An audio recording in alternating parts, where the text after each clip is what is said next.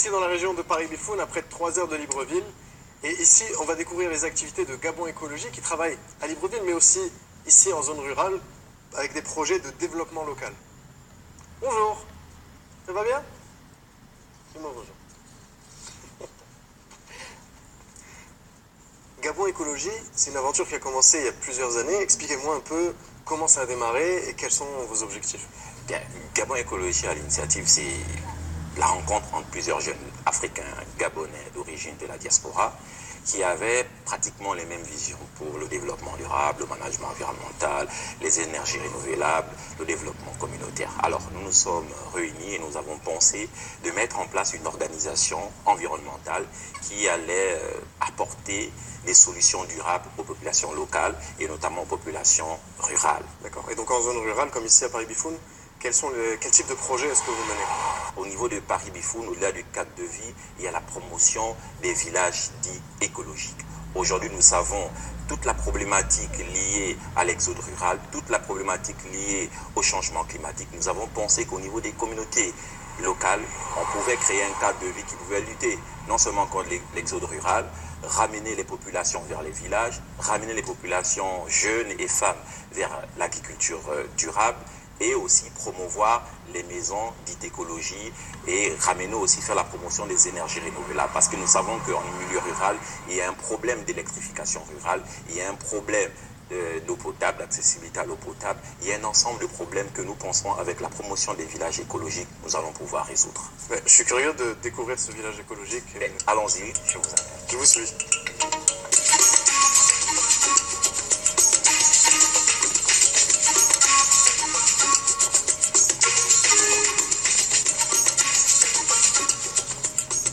Alors, je vous présente M. Clément Jacquier, coordinateur. Bonjour monsieur. Bonjour. Enchanté. Le plaisir est pour moi de vous recevoir. Alors c'est vous qui supervisez le projet ici? Effectivement, c'est bien moi qui supervise ce modeste projet. Expliquez-moi, qu'est-ce que c'est qu'un village écologique tel que vous êtes en train de le concevoir ici? Bon, le concept est peut-être nouveau, mais dans le cadre du village écologique de Paris-Bifoun, nous voulons faire cohabiter l'agriculture et l'écologie ensemble.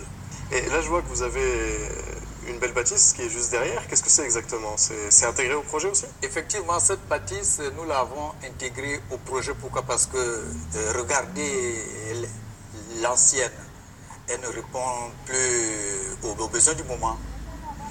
D'accord. L'idée, c'est d'arrêter l'exode rural, c'est ça? Arrêter l'exode rural, promouvoir une agriculture de subsistance bio et donner aux populations la possibilité de s'exprimer elles-mêmes, d'être les valeurs d'elles-mêmes. On peut aller voir concrètement ce que vous avez commencé à développer? Oui, effectivement. Vous avez quelle superficie de terrain ici? Oh, c'est près de 30 000 mètres carrés. 30 000 mètres carrés. Ah, oui. Entièrement planté?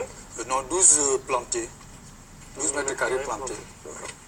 Ça fait combien de temps que vous avez démarré le projet ici? Oh, c'est près de 5 ans. Hein. Près de 5 ans, avoir le terrain, commencer la mise en place, tout ce qu'on a pu faire, il faut mettre un peu 5 ans. Et il fallait qu'effectivement qu'on s'attelle à chercher maintenant des investisseurs.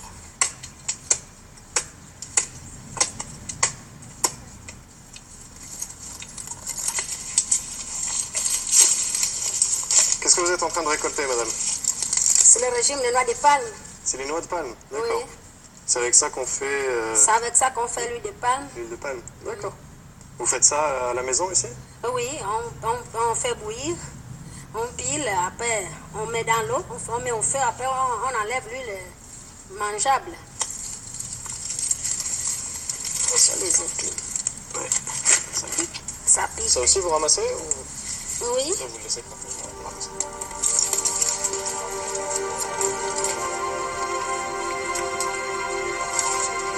On va ramasser le manioc, on peut le ramasser maintenant ou c'est...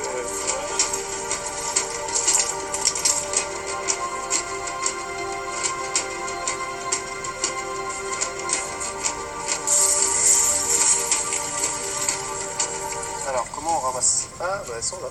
Oui. Voilà. Vous voyez? Voilà, on a des cacahuètes, des arachides. Oui. Oui, oui. Le projet de village écologique, qu'est-ce que ça peut changer pour vous dans votre vie au quotidien? En tout cas, pour nous, on est dans les difficultés de beaucoup de choses. Hein. On a un problème d'eau, problème de courant, oui. Bon, en tout cas, problème de nourriture. Il n'y a pas de poisson, il n'y a pas de boutique ici, là. Il n'y a pas de boutique, il faut se déplacer jusqu'à Bifoun, aller chercher de quoi manger. Donc, vraiment, c'est un peu ça. Donc ce projet, ça vous permettrait de produire votre propre, oui. votre propre alimentation. D'accord.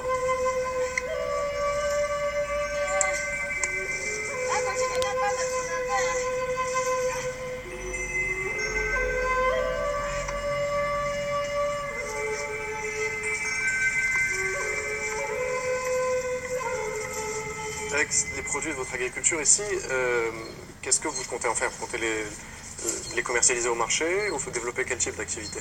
Oui, naturellement, les commercialiser au marché, mais l'un des premiers objectifs, c'est que nous mangeons mal. Donc, il faut aller vers une autosuffisance alimentaire des populations. Comment pouvez-vous concevoir qu'on ne mange que de la banane? À notre arrivée ici, il n'y avait pas de la patate, il n'y avait pas de taro, il n'y avait pas de l'igname, mais maintenant, les gens ont changé de culture à cause du démarrage du projet. Donc, permettre aux populations locales de manger une diversité d'alimentation. D'accord. Comment on fait pour couper la résine de banane? Tu attrapes comme c'est tombé comme ça. D'accord. Tu peux attraper pour que ça ne s'écrase pas. Tu attrapes et puis tu coupes et tu enlèves le régime. On va essayer. C'est la première fois de ma vie que je récolte de la banane. Voilà. C'est pas C'est très dans le difficile. panier. Ça se coupe facilement. Vous le mettez dans le panier? Ah, c'est un peu lourd, hein? Voilà, la machette. Merci. On On va manger de la bonne banane Il y a plantain. des légumes. Et des trucs là-bas. On va tout ce truc-là.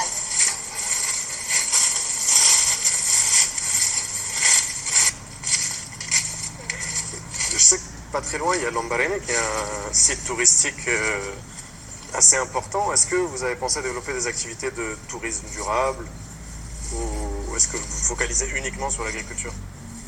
En effet, c'est vrai que Lambaréné est là, mais Lambaréné s'y prête à un tourisme de ville, où il y a des hôtels. Alors qu'ici, à la route, il n'y a presque pas d'hôtel. C'est pourquoi nous envisageons le projet qui consiste à faire dormir les touristes dans des cases bio, où ils vivent avec les réalités de la forêt, où il peut aller faire du shopping en forêt, où il peut aller pêcher sur une rivière. D'accord. Voilà, justement. Donc vous voulez, voilà, vous pensez essayer de faire partager cette expérience avec des touristes qui viendraient vivre quelques jours avec les habitants Les ici. habitants, justement.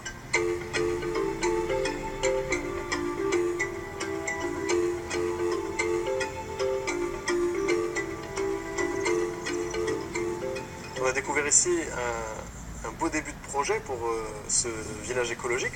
Est-ce que dans vos plans, vous voulez seulement développer celui-ci ou vous aimeriez en faire d'autres aussi au Gabon?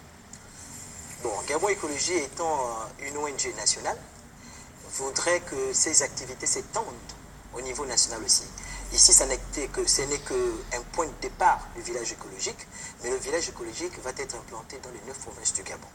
Les 9 provinces du Gabon parce que Gabon Écologie veut lutter contre les changements climatiques dans toutes les provinces du Gabon. Gabon Écologie veut faire en sorte que toutes les populations du Gabon soient en phase avec les objectifs de développement durable. Voilà pourquoi ce projet ne s'étend pas seulement ici, mais va s'étendre dans toutes les autres provinces aussi. Super.